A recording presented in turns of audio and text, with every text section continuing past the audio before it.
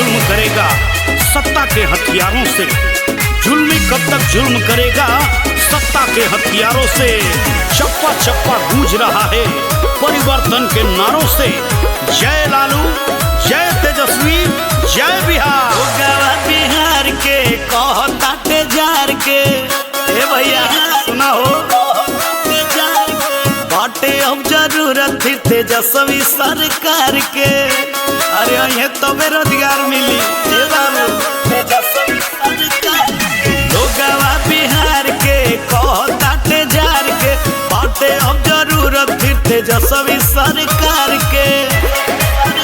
केहू भूल खेलू जी के देनिया, ये चाची सुनो हो खता जाई जनिया हाला हो, जीता चलो देनिया वाला हो खता जाई जनिया हाला हो, जीता चलो देनिया वाला हो।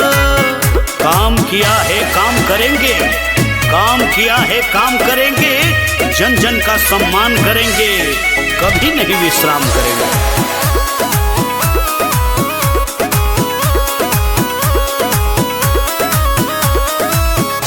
मिली रोजगार यार जेडीआई हो,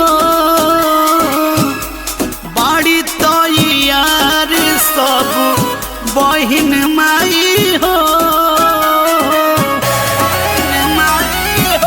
भैया सुना, मिली रोजगार यार जेडीआई हो, बड़ी तो यार सब बहिन माई हो।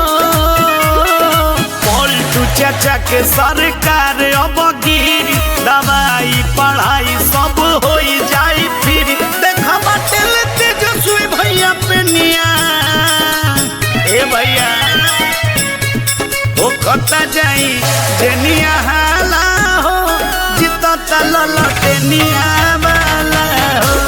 वो खता जाई जनिया हाला हो, जीता चलो लटेनिया वाला हो।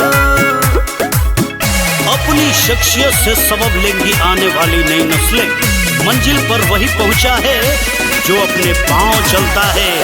कोई मिटा देता है अपने खानदान तक का नाम, और किसी के नाम से मशहूर होकर गांव का नाम चलता है। 17 महीना में कमाल कइले हो,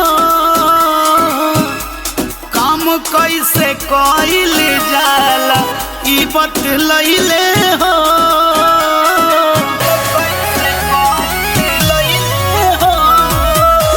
17 महीना में कमाल कइले हो, काम कैसे कइल जाला ई बतलैले हो। सोनू लाल सधुआया कहे दूर गेस हो, इनके से मिट्टी सब बिहार के कलेस होने जात बड़ो कहाया बहनिया। ए चाचा सुनो हो खता जाई जनिया हाला हो, जीतो चलो लटेनिया वाला हो खता जाई जनिया हाला हो, जीतो चलो लटेनिया वाला हो। अब की बार तेजस्वी सरकार।